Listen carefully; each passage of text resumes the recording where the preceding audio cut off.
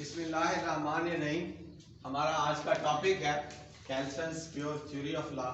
कि कैल्सन्स एक ज्यूरिस्ट है जिसने एक थ्योरी पेश की जो कि पूरी दुनिया में मशहूर हुई कैल्सन के नाम से। कैल्सन्स प्योर थ्योरी ऑफ लॉ एक ऑस्ट्रियन ज्यूरिस्ट थे जो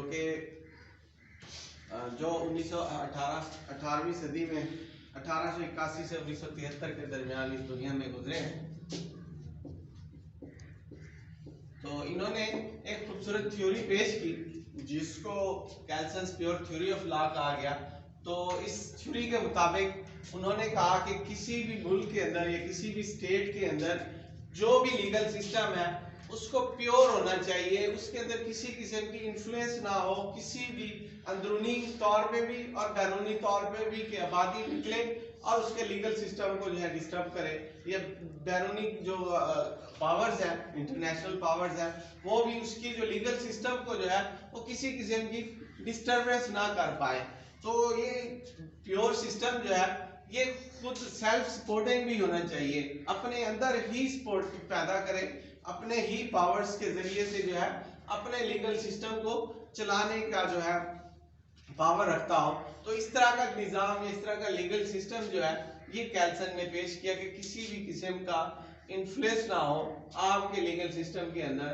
और प्योर थ्योरी ऑफ लॉ जो है इसका बेसिक जो है मकसद है कि ये यूनिफॉर्म होनी चाहिए, एक जैसी होनी चाहिए। इसके अंदर किसी किस्म की बैरूनी या एथिक्स की या पॉलिटिक्स की या सोशियोलॉजी की जो है इस तरह की चीजें जो है इसके अंदर मिक्सअप ना हो, एक किस्म की हो।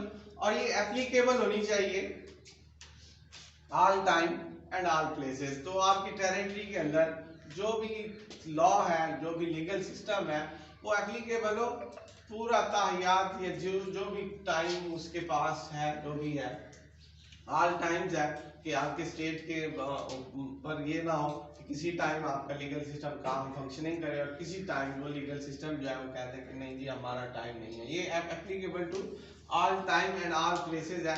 पूरी टेरिटरी के अंदर जो है इस तरह का लीगल सिस्टम होना चाहिए जो सेल्फ सपोर्टिंग भी हो और प्योर भी हो, और ये फ्री होना चाहिए from ethics, politics, sociology and history वगैरह से।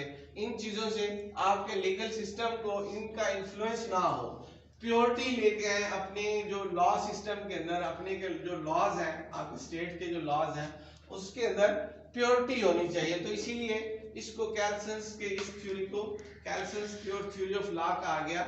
इसमें जो ऐसे अनासिर हैं वो साइडों पे कर दें जो इसके लीगल सिस्टम को प्रॉपर चलने ना दें या चल रहे हो उसकी बुनियाद पे चल रहे हो, नहीं उसको इस सिस्टम को जो है अपने पाँव पे चलना चाहिए, किसी की मदद ना हो, किसी भी पॉलिटिकली या एथिक्सली जो है उसकी मदद ना हो। तो इसको इसीलिए प्योर सिस्टम कहा गया। तो ये है कैल्सन्स प्योर थ्योरी का थोड़ा सा इंट्रोडक्शन। तो अब हम इस पे देखते हैं कि इसके जो मोस्ट सिग्निफिकेंट फीचर्स हैं जो कैल्सन ने बताए हैं वो क्या है।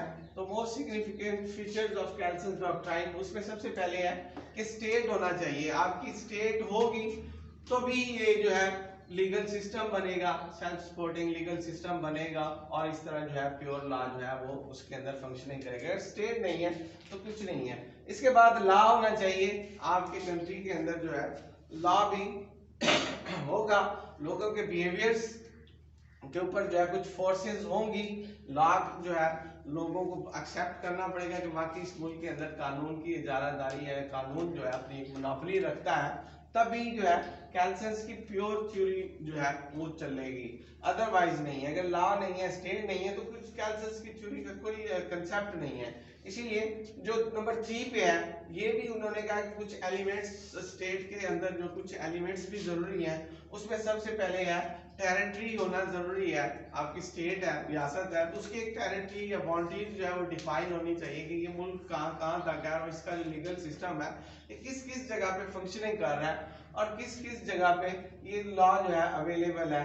तो इसीलिए उन्होंने कहा कि स्टेट के अंदर उसकी टेरिटरी भी डिफाइन हो और वो इंडिपेंडेंट भी हो, उसके ऊपर जो है बैरूनी किसी ताकत का असर ना हो या उसके ऊपर इन्हिसार ना हो कि वो जी मुल्क आपको जो है चलने के लिए कहेगा तो आप चलेंगे, अदरवाइज नहीं चलेंगे। नहीं, इंडिपेंडेंट होना चाहिए, तभी ये कैल्सन्स की प्योर थ्योरी ऑफ लॉ जो है उसके ऊपर फंक्शनिंग करती है। तो उसके अंदर गवर्नमेंट भी हो और आपकी पॉपुलेशन भी हो, अगर स्टेट है और पॉपुलेशन नहीं है तो ये सिस्टम तो वैसे ही नहीं चल रहा।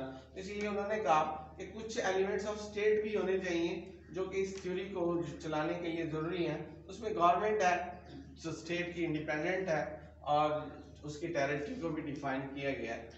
और इसके बाद जो है जो सबसे मोस्ट इम्पोर्टेंट इसका फैक्ट है इस थ्योरी का, वो है कि आपके स्टेट के ऊपर जो है इंटरनेशनल लॉ की एप्लीकेशन होनी चाहिए, उसका जो है अपना इंटरनेशनल लॉ अप्लाई होना चाहिए, आप भी उनके रूल्स को फॉलो करें और वो भी आपकी स्टेट के रूल्स को फॉलो करने के पाबंद हो। अगर ये चीजें जो है इंटरनेशनल लॉ को फॉलो नहीं करते तो कैल्सन्स की प्योर थ्योरी ऑफ लॉ जो है वो नाकाम हो जाती है किसी भी स्टेट के अंदर। तो इसका मतलब यही है कि अगर आप किसी के इंटरनेशनल बाउंड्रीज का एहतराम नहीं करते और किसी का मुल्क का जो पॉलिटिक्स है उसके अंदर कोई इंटरफेरेंस करते हैं, उनके लीगल सिस्टम के अंदर इंटरफेरेंस करते हैं, तो ये जो है ये लीगल सिस्टम ही उसको जो है आपकी जो है स्टेट को मजबूत करता है और उनके इन्फ्लुएंस को खत्म करता है। तो इसीलिए इसने जो है सबसे ज्यादा इंटरनेशनल लॉ के ऊपर जो है अपनी इस थ्योरी को जो है प्योर थ्योरी को जो है मजबूत किया। और जब से ये थ्योरी जो है